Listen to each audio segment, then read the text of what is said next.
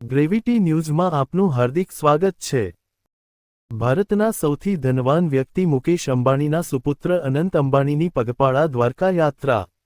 અનંત અંબાણી પગપાળા ચાલીને ભગવાન શ્રી દ્વારકાધીશના દર્શન કરવા માટે મોટી ખાવડી રિલાયન્સથી ચાલીને દ્વારકા જઈ રહ્યા છે। અનંત અંબાણી દરરોજ રાતે પોતાની Z+ સિક્યુરિટી અને સ્થાનિક પોલીસ બંદોબસ્ત વચ્ચે 10 થી 20 કિલોમીટર ચાલે છે, જ્યારે રસ્તામાં આવતા મોટા મંદિરોના પણ ભાવપૂર્વક દર્શન કરી ધન્યતા અનુભવી રહ્યા છે। આજે અનંત અંબાણીની પદયાત્રાનો 5મો દિવસ છે, ત્યારે 60 કિલોમીટર જેટલો અંતર કાપી ચૂક્યા છે અને આગામી 8 એપ્રિલે અનંતનો જન્મદિવસ છે, ત્યારે પોતે પગપાળા ચાલીને ભગવાન શ્રી દ્વારકાધીશના આશીર્વાદ પ્રાપ્ત કરી જન્મદિવસની ઉજવણી કરશે। વિશ્વનાથ વેદ સંસ્કૃત પાઠશાલા વડોદરા ખાતે અનંત અંબાણીનું ઋષિ કુમારો દ્વારા સંસ્કૃત શ્લોકથી સ્વાગત કરવામાં આવ્યું હતું। દેવભૂમિ દ્વારકાથી કેમેરામેન પ્રવીણ ભાયાણી, રિપોર્ટ અનિલ લાલ। જય દ્વારકાધીશ। આપ બધાને પ્રણામ। તમે અહીંયા આટલા સવારે આવ્યા।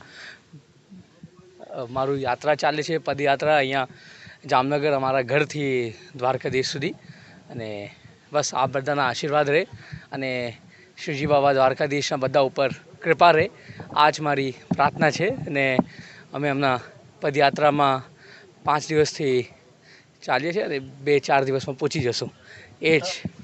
સર, આપ દ્વારકા પ્રથમ વખત ચાલીને આવો છો, કેવું લાગી રહ્યું છે અને ભગવાન પ્રત્યે શું કહેશો દ્વારકાધીશ?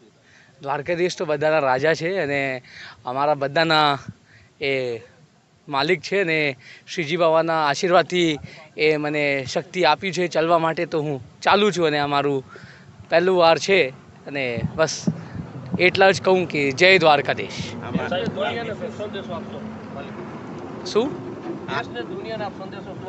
બસ દ્વારકાધીશનું કૃપા રહે અને બધા શ્રીજી બાબા બધાને સંભાળીને રાખે ને બધાને આશીર્વાદ આપે। એ જ અમારા ચેનલના માધ્યમથી અત્યારે બધા યુવાજન આપને જોવા માટે અને આપની પ્રેરણા લઈ રહ્યા છે, એ બાબત આપનું શું કહેવું છે? બહુ ખૂબ પ્રેરણાથી બધા લોકો આજે અમને સ્પેશિયલ મોકલા છે કે આપ જવો, યંગ બ્લડ બધું।